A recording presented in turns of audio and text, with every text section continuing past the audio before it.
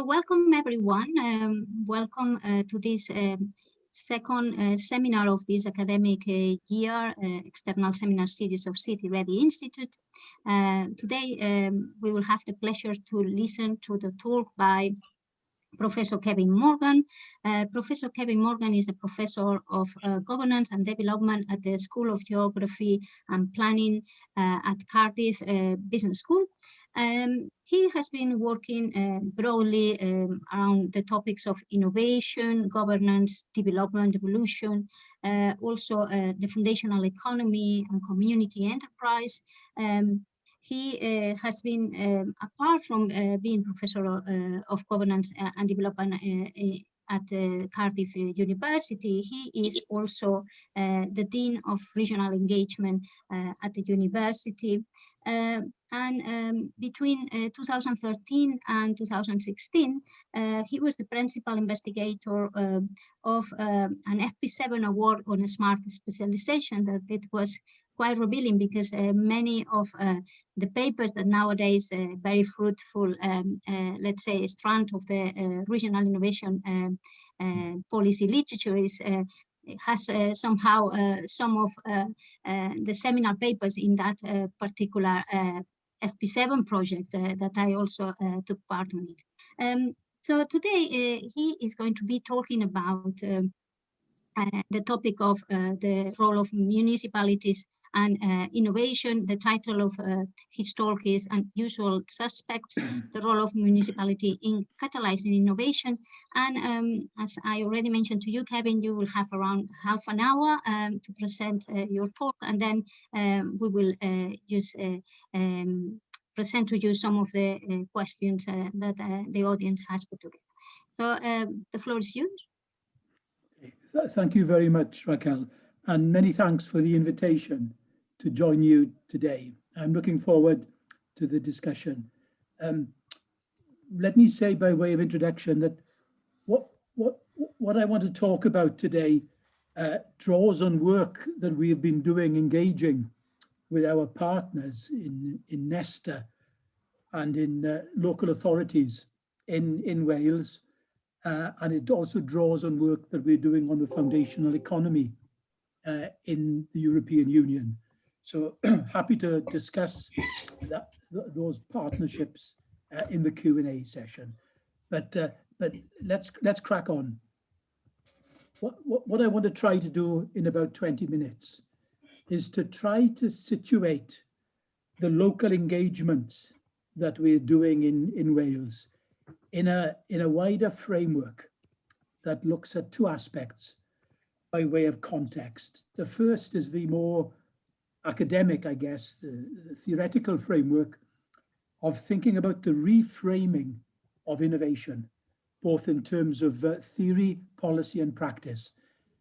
And the second contextual feature that I want to focus on is the rise of a more polycentric governance system in the United Kingdom, and not just in Wales and Scotland, but also in England, because this sets up the dilemmas that I want to talk about what we are struggling with in Wales with the rise of what I call experimental governance. And then I'll try to conclude then by looking at some of the new political challenges that have arisen as a result of this new experimental governance. So that's broadly the agenda I'd like to try to address in 20 minutes. In terms of reframing innovation, we can see a combination of new and not so new books about how innovation is being reframed in both social terms and in spatial terms.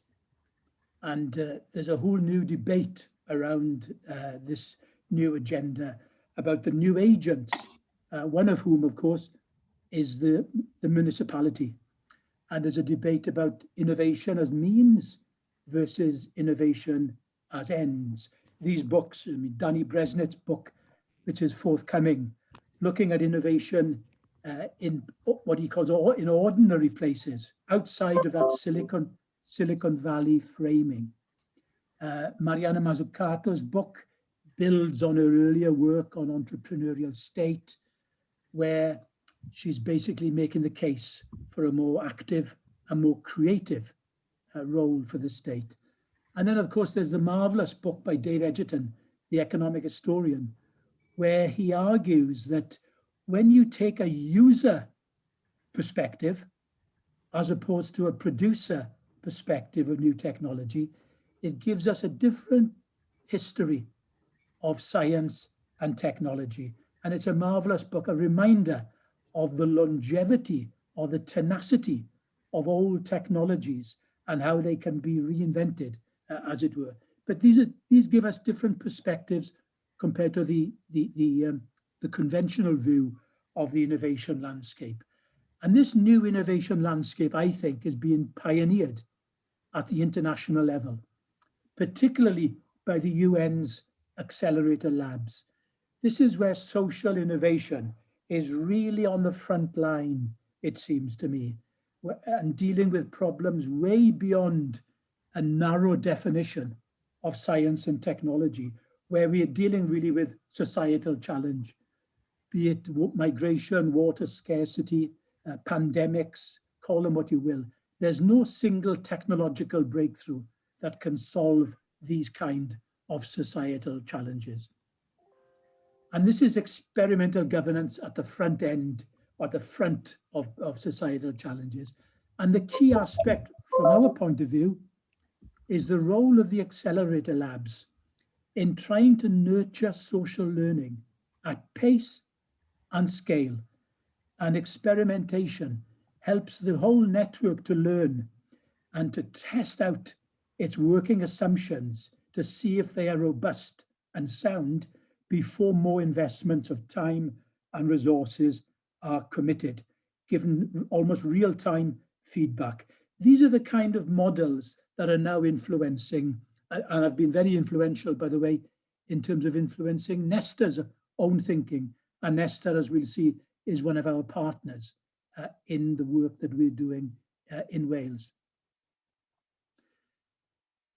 In addition to social innovation, Raquel mentioned the OECD, and she'll be very familiar with this work. The OECD has also been very instrumental in raising the profile of public sector intervention and innovation.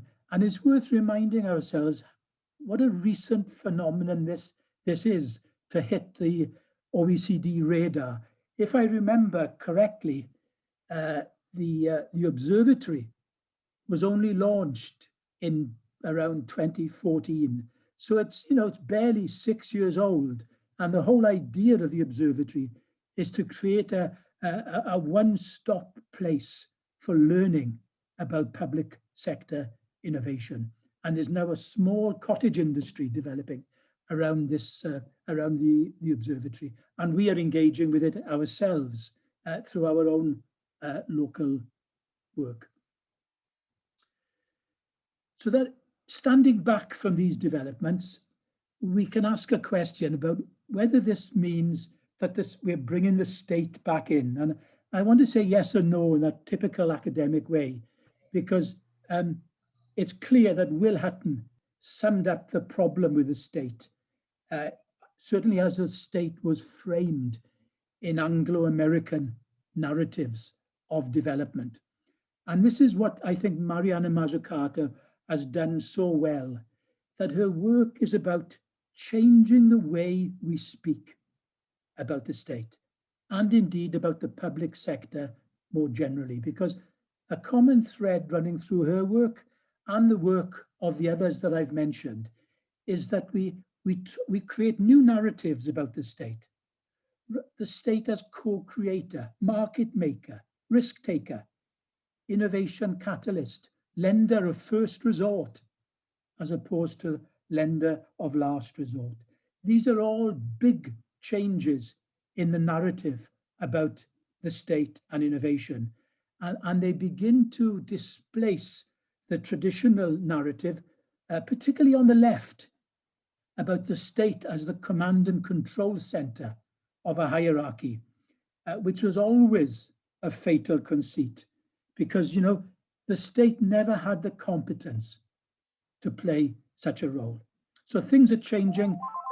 changing rapidly as we speak. And sorry about that.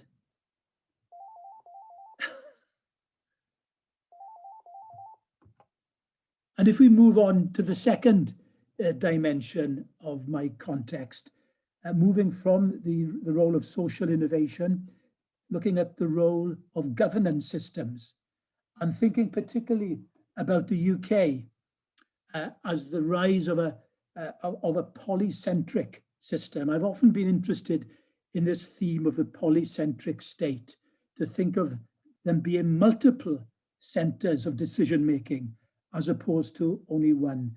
And of course, England is fast catching up with the Celtic nations, because 20 years ago, English devolution was described, some of you may remember, as the dog that didn't bark.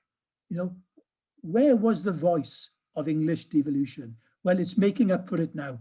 And for all its shortcomings, I think the devolution process in England and in the UK more generally will only get stronger.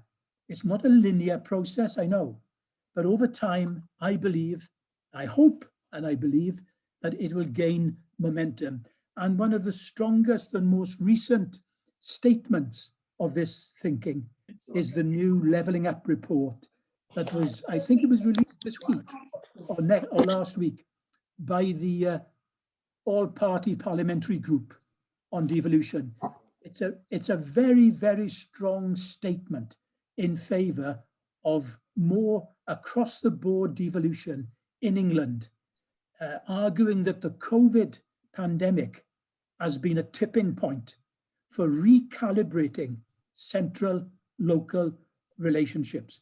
And we can discuss some of that later, because it's quite clear that COVID has exposed an over-centralised state, which is overburdened at the centre, compared to a local state which is underpowered and under-resourced. And we radically need to recalibrate our governance system in the UK. For me, thinking maybe from a Celtic nation perspective, the big question is whether this new devolution momentum will lead to some form of federal system in the United Kingdom, or whether it will not be enough to prevent Scottish independence, and then Scottish secession triggers the dissolution of the United Kingdom. And without Scotland, the question in Labour Wales is how long Labour Wales will want to remain tethered to a largely Tory-dominated England. These are the new territorial politics that are in the pipeline right now. So let's quickly move on to, in the next 10, 15 minutes, for me to try to sum up some of the opportunities and the threats in Wales. The governance challenge right now in Wales is a challenge of two models of devolution finally rubbing up against each other. There's the traditional model of devolution from London to Wales, which has dominated the debate for the last 20 years. That's the national model, as we call it. And then there's the new, more recent subnational model, which you'll be familiar with in England, because the new model involves the rise of subnational governance systems above the local level, the combined authorities, as you call them in England. And in Wales, this is leading to a new form of regionalism,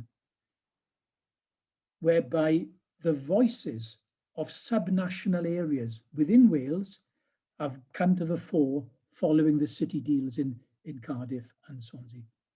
So here's the new emerging governance system in Wales, a radical form of regionalisation. Sadly, there's a civic deficit in this process, as I believe there is, by the way, in the rise of city regionalism in England. The civic deficit is one that we urgently need to plug. There's the rise of the 4-region model in Wales, now that Mid Wales has been granted regional status. And we'll see these regions take a legal form when the new corporate joint committees are formed later this year. The big debate is whether this amounts to top-down regionalisation from the Welsh Government in Cardiff Bay, or will it trigger more bottom-up regionalism? And those two forces, that bottom-up and top-down process, is still fighting it out in Wales. So moving on to the Cardiff Capital Region, I can talk about the details later, but here we have the 10 local authorities, 2 cities around Cardiff and Newport, with a population of around 1.5 million. So that's the entity that I'm talking about now. The city deal is one aspect of the capital region. It's not the whole story, but it's the main investment story at the moment. These are the broad aims of this city deal. It's pretty similar, I guess, to many of the city deals throughout the United Kingdom, but there are some local nuances. So this is where CCR has tried to invest its effort and its resources, building partnerships, improving connectivity, fostering innovation in a broad sense, and also thinking about regenerating communities in new ways, not least through foundational economy thinking. I think Wales has been the first country to formally, officially embrace the foundational economy as part of its place-based repertoire. This is the largest single investment of the CCR. It's the South East Wales Metro, with over 700 million plus investment being put into this new metro to literally to connect up the region in new ways. The first time that a regional transport network was proposed was in the eye of the storm in the 1930s.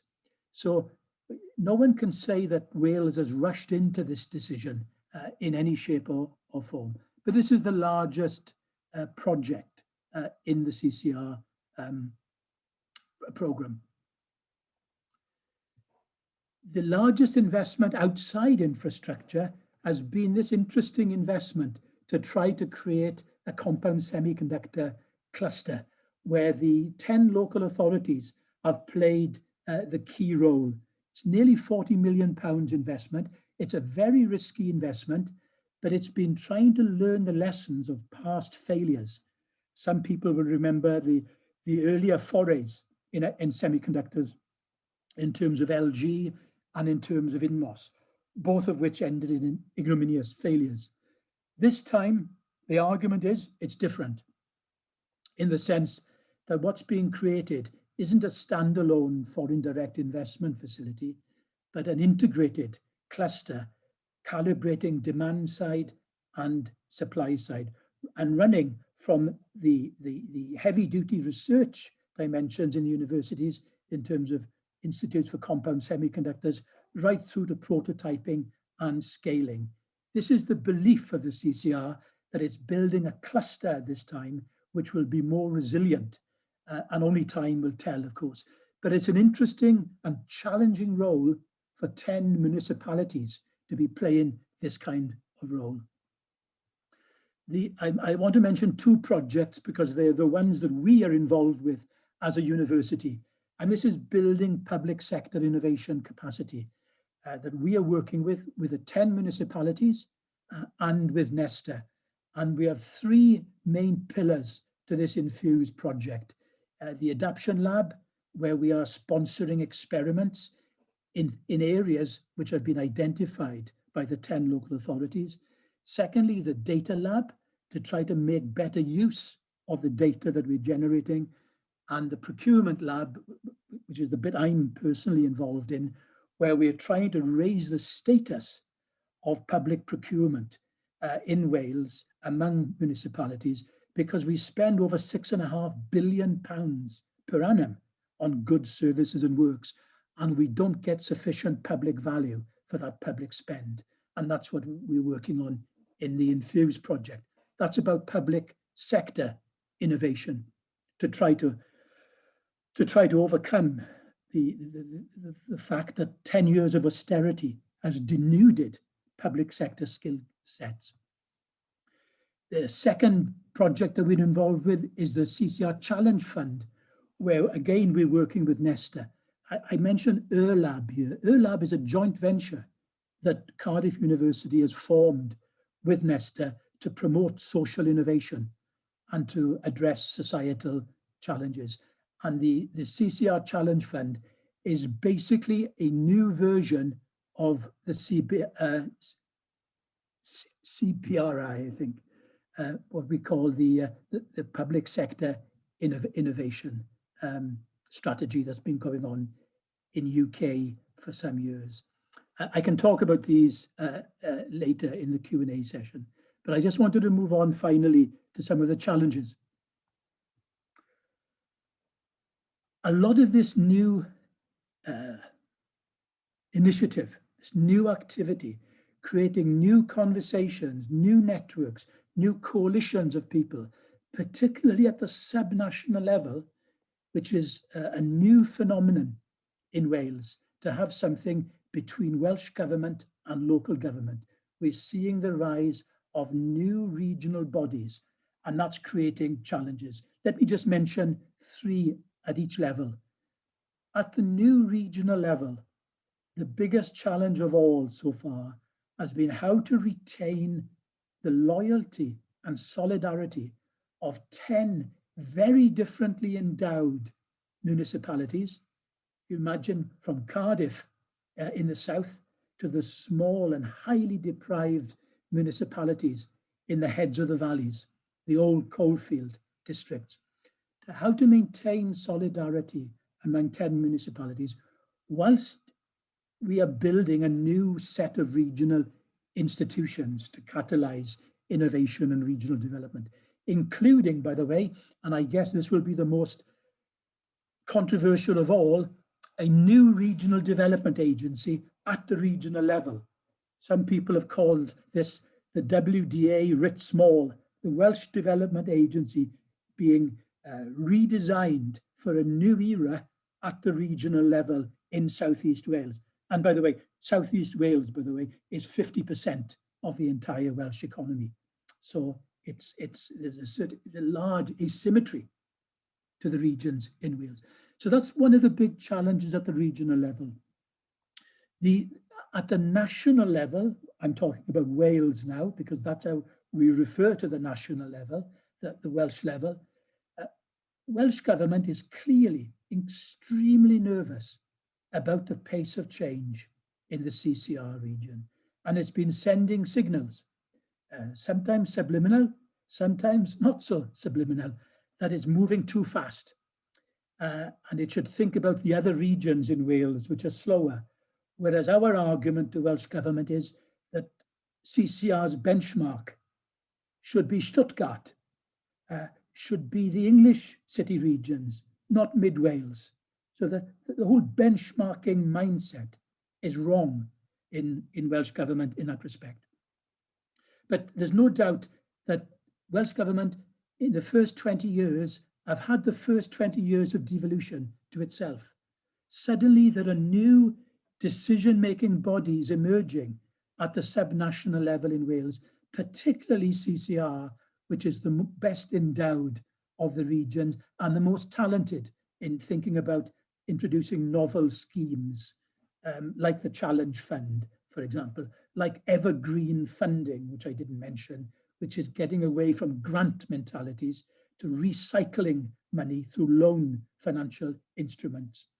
And then finally, we come to the UK level, and this is the most difficult level of all right now for Welsh politics. The challenge for the CCR region is how does it engage with London without alienating the Welsh government? The Welsh government is now on a semi-war footing with London. Nothing has ever happened like this before. If you wanted to see the full story, then look at the House of Commons committee evidence on intergovernmental relationships, where our First Minister has said that the union is over. To have a Welsh Labour minister say that when he himself is totally committed to the territorial integrity of the United Kingdom that is the best bellwether of how badly the union is at the moment. And on a particular issue, I know this might seem very wonky-ish to some people, but the new centralism that's emerged in Boris Johnson's government is best captured in the Internal Market Act, because the Internal Market Act gives central government new powers to intervene in all the areas of devolved competence, which completely undermines the Scottish and Welsh devolution settlements. So much so that the Welsh government is now taking Johnson to court for a judicial review of the appropriateness of the internal market legislation. And it's that legislation that underlies the new powers that we saw in the Levelling Up Fund, all of which have increased the animosity towards London, in Edinburgh, and in Cardiff. This is our First Minister's evidence in the House of Commons, where he said the union is over. The union, as it is presently constituted, is over. Why? Because of this aggressive unilateralism that's coming out of the Johnson government in legislation like the internal market, like Levelling Up, the proposed legislation for the Shared Prosperity Fund. All these ways amount to a way of bypassing the devolved administrations. And that's why Welsh government, at least, is taking them to court.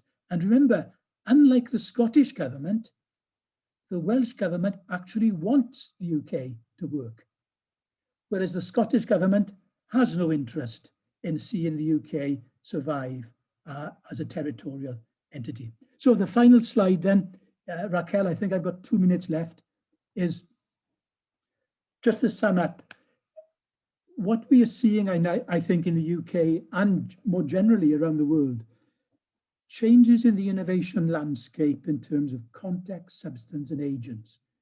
In terms of the context in the UK, we are witnessing this new centralism, this aggressive unilateralism that threatens the territorial integrity of the polycentric polity in the UK.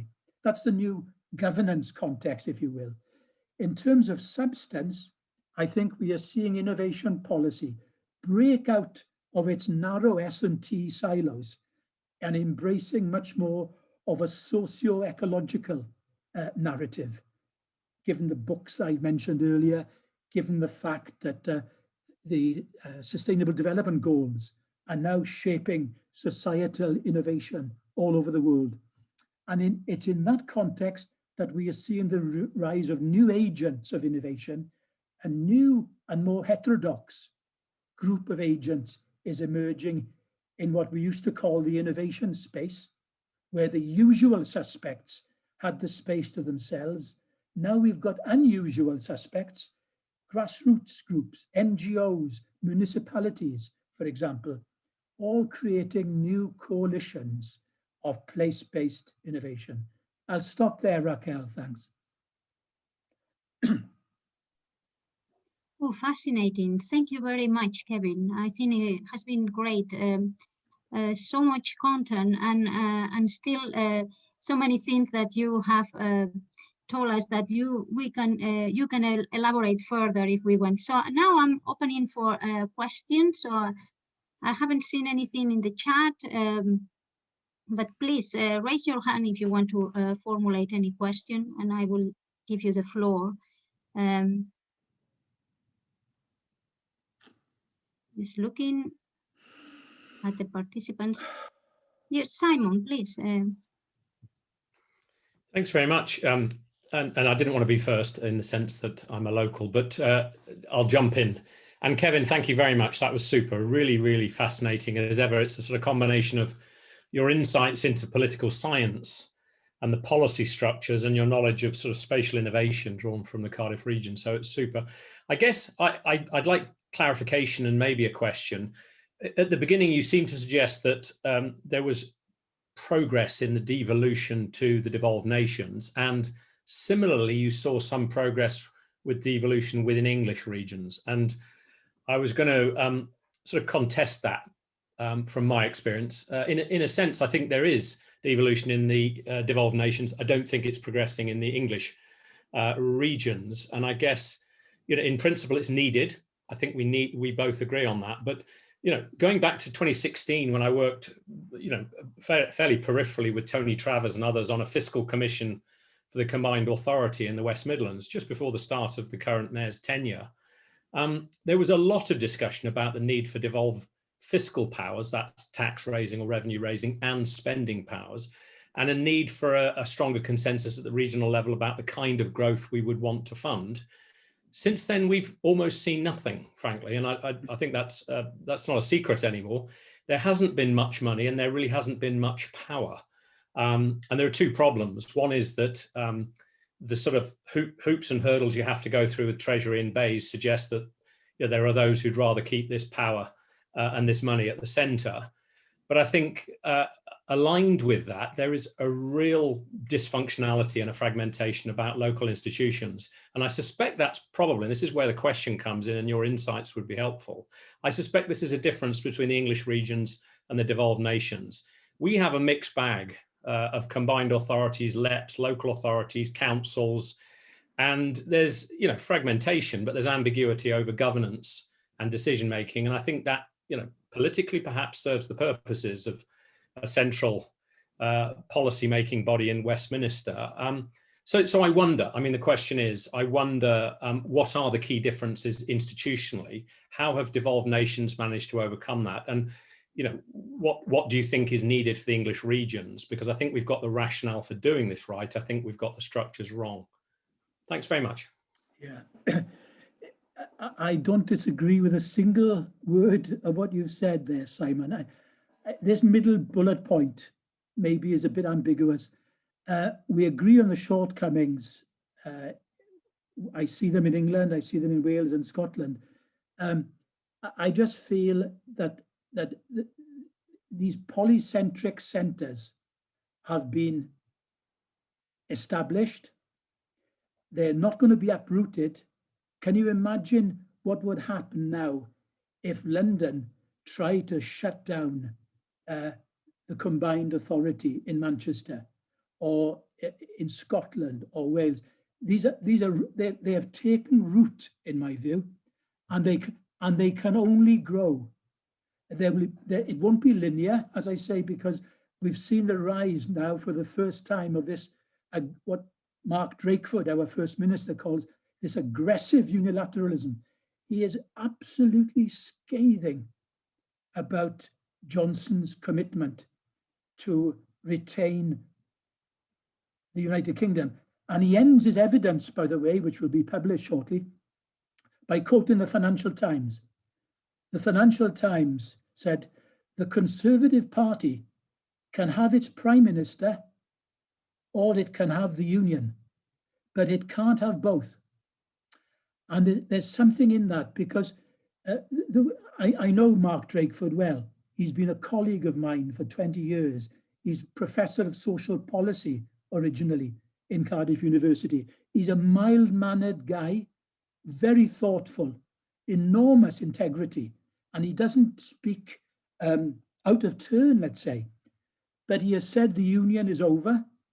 He has said there is no institutional architecture now to make the union work. And he's building links with the mayors in England, because he says we have a shared destiny with the English city regions.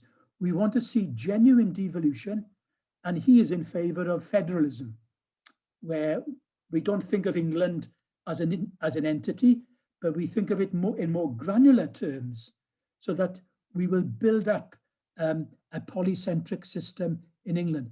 Now, Simon, whenever we talk like this in the UK, someone in the room or on the call will say, yes, but English regionalism is dead, and they buried it in the North East referendum. I don't think we can continue like that. There's a new granularity to England. These things have taken root, and I was very impressed by the Levelling Up Devo report from APPG. And I totally agree that COVID will prove to be a major tipping point where we'll begin to see a gradual devolution because the centre doesn't have the knowledge or the capacity, and its ambition is out of sync with its competence. And therein lies the real problem of this new aggressive centralism.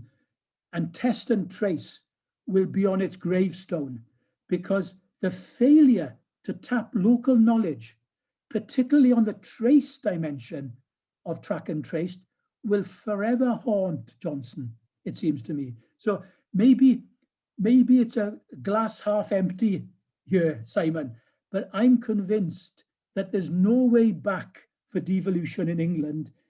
There'll be many false starts, but it can only get stronger. Maybe that's the advocate in me getting the better of the analyst. Thank you very much, Kevin. Catherine? Thanks, Kevin. That was really interesting. I've not been to a City-REDI seminar before, but I wish I had. It was great. It links into my own sort of political science and social policy interests. I wanted to ask you about polycentrism and this idea of this sort of heterodox group of innovators working together, of which the local authorities and municipalities are one, and about power and hierarchy within those polycentric networks. So I'm particularly thinking about health and social care, which I know in Wales have come together in kind of regional bodies, and the tendency of health organisations to always dominate those, and that just seems to be a kind of perennial issue in all the parts of the UK. And I wondered if you had any insights around that sort of sense of kind of hierarchy mapping onto polycentrism.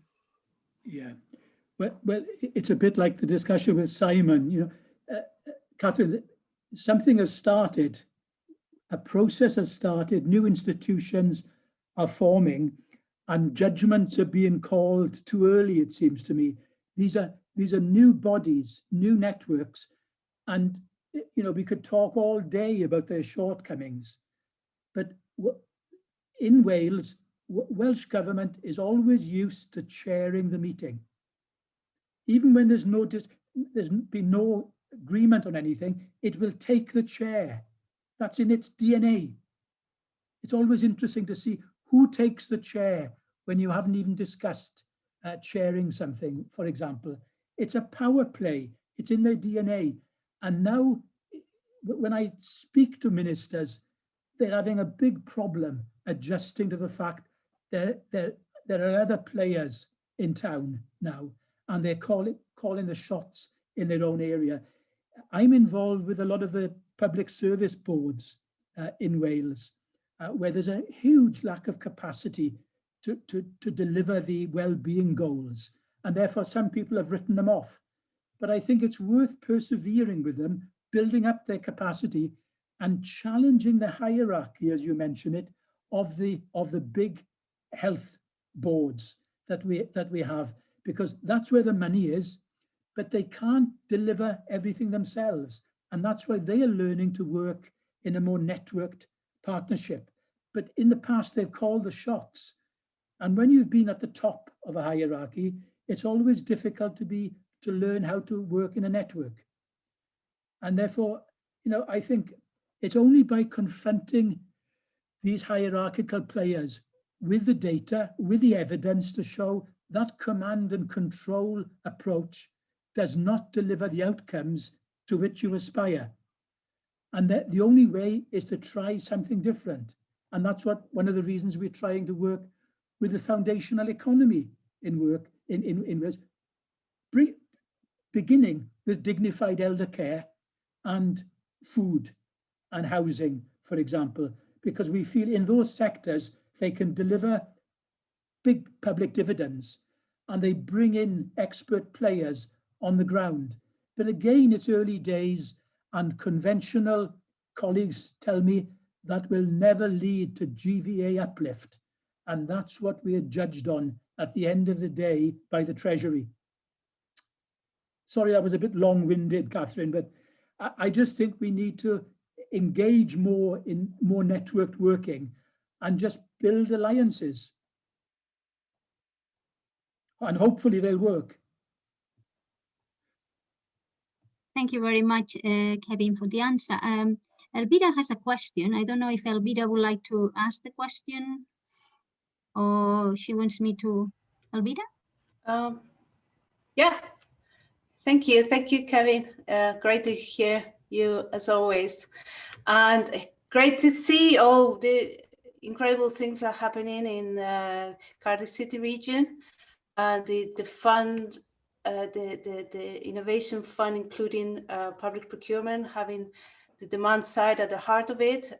So that's really something that other places can learn from. And my question was actually about the green paper that the government released recently, and we've been having discussions about this with Catapult and with Raquel. And personally, I was a bit disappointed not to see more on place-based innovation policy and how this could be a tool to pursue the agenda, or kind of to contribute to the agenda of leveling up, even though that's mentioned in the preamble of the green paper. So I don't know if I would like to know your views on the green paper. What would you like to see reflected, and what would be your kind of comment to the government in terms of what is good in there, what is missing?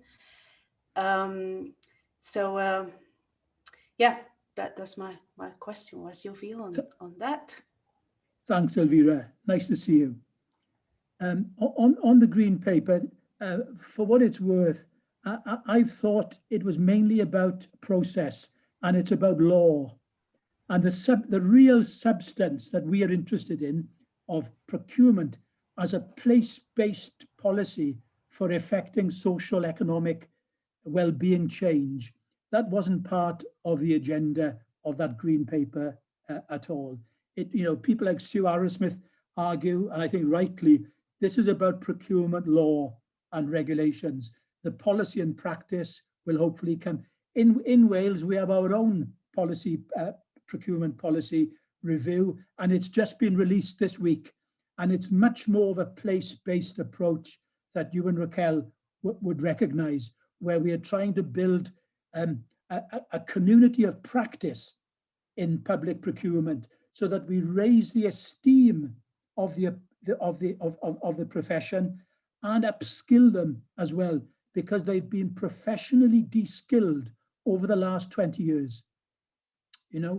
We've mapped out when directors of procurement have moved on, retired, or died, they haven't been replaced in Wales. And increasingly, the procurement function ends up reporting to the director of finance. And directors of finance tend to frame policy in terms of cost cutting rather than value adding. So that organizational change creates a cultural challenge for us. And that's why we're using the well-being legislation to drive procurement reform, so that well-being goals, whether they're operationalized in terms of TOMs, social value, or whatever, they are at the heart of the new empowered procurement profession. So sorry about the green paper. We haven't paid much attention to it because it's about law rather than process and substance. But I can send you the new statement on procurement in Wales. Thank you, Kevin. The next question is by Anne Green. Anne, do you want to formulate the question yourself? Yeah, hello, Kevin. Nice to see you. I've got a question about what I term asymmetric polycentricity, and this whole issue that you've talked about, Cardiff, and the clear high proportion that is of the Welsh economy. You've referred to Greater Manchester, the combined authority there. We've got the West Midlands combined authority. It's the only combined authority in the whole of the Midlands. And it kind of works in a way and has a capacity in a way that the rest of the Midlands doesn't. And my question is, looking at your map of Wales, etc., where you've got something like Mid Wales, north of the Southeast Wales, what is the implications of all of this for rural areas in particular, but also some of those areas that just have less institutional capacity? Because we know about funding, etc., the more capacity you have, the easier it is to bid in a competitive environment. Yeah. So my question, Kevin, is what about the rural areas and some of these other areas that really don't compete in the same way as South East Wales and the rest? Yeah, it's a great question, Sandra, and I guess it raises the future challenges for all our city regions or growth deals or whatever we have. The twin deficits in pretty much all of them. One is the spatial deficit and the other is the civic deficit. The civic deficit, as you can tell, is the lack of any role or involvement of civil society in shaping these new governance arrangements. The spatial deficit, as you just pointed out, is that it covers part of these areas and not all of them. And Mid Wales, I guess, is a great example. I mentioned here the 3-region model, which was the dominant model of Welsh government until recently, where Mid Wales didn't exist, at least on a map. And it was bundled into the back end of Southwest Wales, into a really unwieldy region. And I was part of an OECD review of multi-level governance in Wales. And we argued that Mid Wales, for all its lack of capacity, basically 2 municipalities, Ceredigion and Powys, but a large part of the landmass of Wales, this region merited its own region because of the distinctive rural development challenge. One of the collateral damages of the last 20 years of metropolitan thinking in OECD, IMF, World Bank, EU, the academy, has been the rise of urban agglomeration and agglomeration economies. I get that, I understand it.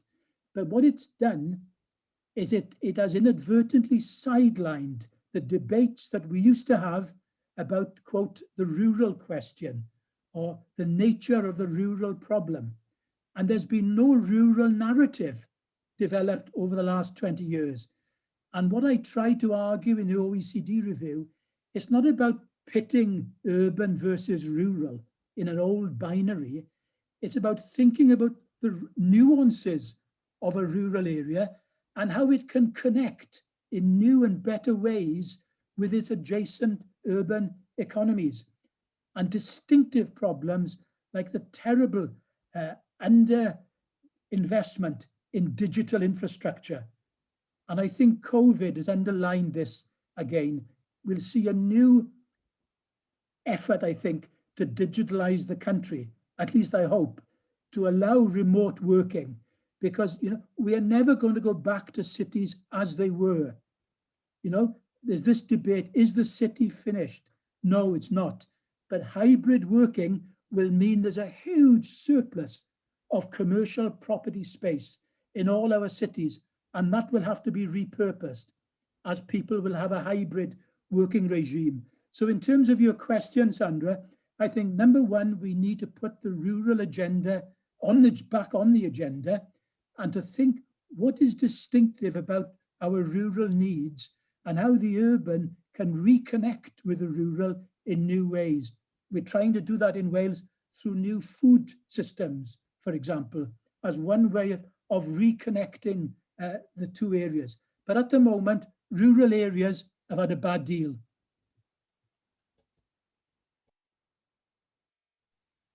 Thank you very much, Kevin. Just to clarify, the question was by Professor Anne Green from City-REDI. And now Sandra Hamilton is going to ask a question. Sandra? Hi, I'm a Canadian but a Welsh girl from Llandudno. So just to remind everybody that there is North Wales, because whenever we're talking to anybody from Cardiff, we do like to remind them. Lovely to meet you. I have been working as a practitioner with local governments across Canada for 10-15 years in adding social value to the procurement agenda and moving the conversation beyond only environment, to include social as well. So loved the context and how you presented this today. You're actually the first person that I have heard talk specifically about the reporting structure of procurement going into finance. And I've obviously recognized that my PhD is entirely dedicated to looking at social value procurement.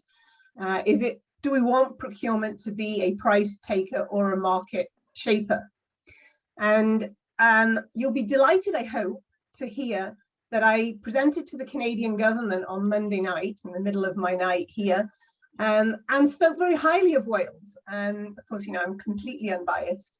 But I did talk about the Future Generations Act and the Wellbeing Agenda, in that it is, I think, is the best model in the world right now for resetting the mind, reshaping the mind shift that's needed. That this isn't only about procurement, that this is a mind shift in what is the role of government in shaping the economy. And I think New Zealand is another area where we could look to say we have to have an economy that improves people's lives. And what is the point of the economy if it's not improving people's lives? So I want to celebrate what Wales is doing, let you know that it's being shared as a best practice, and certainly it's a continuous process that can always improve. But I would like to talk more and ask you about the structure of government. Do we need to move procurement into a more strategic position away from the finance directors? And is there a role to professionalize through a licensed profession procurement? How do you feel about those two things? Well, Sandra, I'm delighted to meet you and to hear about your missionary work that you're doing in Canada. But two quick points, because I realize time is running out. On the wellbeing legislation in Wales, I think it's probably been the most innovative thing that's ever happened under Welsh devolution in the first 21 years. Is without doubt, it's getting international good press for being innovative about thinking about the role of government and well-being. Having said that, I would say that's only part of the battle. Our problem now is implementing it. And that's a big challenge because of institutional capacity. And of course, the Commissioner for Wellbeing, Sophie Howe, has just released her new report, which I'm happy to send you, Sandra, on wellbeing procurement and the shortcomings of Welsh government. And we are engaged with her, with NESTA, on this debate. How do you improve innovation within government on procurement? And we are working on along the lines of a skunk works, that it will never be done just by civil servants. And you need new kinds of skunk works, where you bring in professionals from civil society to work hand in glove with civil servants, so that the skunk works, a hybrid body, an innovation lab, is in but not of government. So it's close enough to have influence, but it's sufficiently distant to have relative autonomy, where novelty can take root. And we've just done a report with Sophie on this, and I'm very happy to send it to you, Sandra, if you send me your email address. Happy to. Thank you. Thank you very much. I think now Philip wants to ask a question. Hello, Kevin. Hi, Phil. Sorry, I had to duck out of your talk for about 10 minutes, unfortunately. So I heard the first part and I heard the last part. Super interesting. I was just looking at the development regions, the map you just shown me, well, shown all of us that's posted at the moment. I mean, one of the comments, one of the criticisms of Wales per se, having assembly and so on, has been the fact that there's no functionality, there's no economic system as such. They're very fragmented geographically, topography. Do you think that the kind of movements in the last 12 months or so, do you think that, to give a more cohesive, meaningful approach to kind of economic development? Do you think it's likely to be successful in the context, for example, that say the southeast, the far southeast of Wales is really heavily integrated with what goes on in the Bristol economy. The far northeast of Wales is heavily integrated with what goes on in both the Liverpool and the Manchester economies. So kind of moving towards this kind of more devolved regional system, do you think it still allows for those interactions to be developed on? Yeah, an excellent question, Philip. Many thanks. What we are suggesting to Welsh Government, well, Welsh Government is politically, the Welsh Government right now is in a, I think, is in a bit of a corner, because it's reacting against this new centralism in London, which has shocked them, quite frankly. In fact, it shocked all devolutionists to see this aggressive unilateralism from London. So at the moment, there's been no clear thinking about a way forward. But I hope that we'll see that that border become more porous, so that Southeast Wales will work with the Western Gateway in Bristol and the M4, and North Wales will work increasingly with the Northern Powerhouse, as it were. And those links are being built as we speak. The problem is, what do we do with the western fringes in Wales? These are areas which are, like many areas in England, are very beautiful in terms of their natural capital, but they're very poor. So it's in that horrible phrase, how do we monetize beauty? How do we monetize our environment? Has been one of the challenges. And we think radical digitalization will help, because we've seen people who are London-based move back to Southwest Wales to start living, and they're complaining about the digital connectivity. We must do something about that to try to create opportunities for non-metropolitan areas to thrive. As to whether this regionalization will work, Phil, I honestly don't know, because the challenge is, how do you make the best of regionalization in the sense of building on more granular knowledge of local economies? That's a good thing, it seems to me. But how do you combine that with a pan-Wales, pan-Britain perspective? And how do you prevent regions becoming balkanized? Yes. Inward-looking and self-referential. That's yes. my feeling. Yeah, my guess would be the kind of things that you're outlining, probably the northeast and the southeast are best placed to capitalize on those things. Actually, it's the central parts of Wales, which in many ways is actually the most isolated. I mean, it's a 3-hour car journey from Birmingham to Aberystwyth. And that's quite a fast one in many parts of those central parts of Wales are remarkably isolated from the population polls in both the north and the south. So that's a kind of a problem area, it would seem to me. That's going to be a difficult problem to overcome. Yeah, agreed. Thank you anyway, great presentation. Okay, Thanks, I'm going to give the floor now to Carla, that has posted a question in the chat, but maybe she wants to formulate a question. So Carla? Hi, Kevin. Hello, everyone. Thank you very much, Kevin. As always, a very fascinating talk. And you raised a number of very important questions. And you implied already a little bit earlier on the role the Future Generations Act has played in Wales. But I wonder if you could say a little bit more what, and more specifically, what the Act has actually done in coordinating the relationship between the municipality, the city region, and the Welsh government. And in particular, in reference to the question or the challenge you put forward earlier on, or they are emerging around the relationship between the different tiers of governance. Thank you, Carla. Very briefly, because I know time is running out. Speaking personally, I think the major benefit of the Act has been to change the cognitive framework and to change the conversation. As I said earlier, one of the great merits of Mariana Mazzucato's work is to change the way we talk about the state. It's changing the narrative. And what I think the Act has done on a small scale in Wales is to change the conversations people have about development, what it means.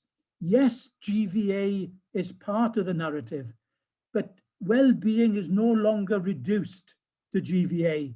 And now we think about mental well-being, we think of air quality, we think of natural capital. These are the conversations I'm having with public procurement managers now that would have been impossible 10 years ago because they always looked for cost. And in those days, low cost masqueraded as best value. And now we no longer think like that.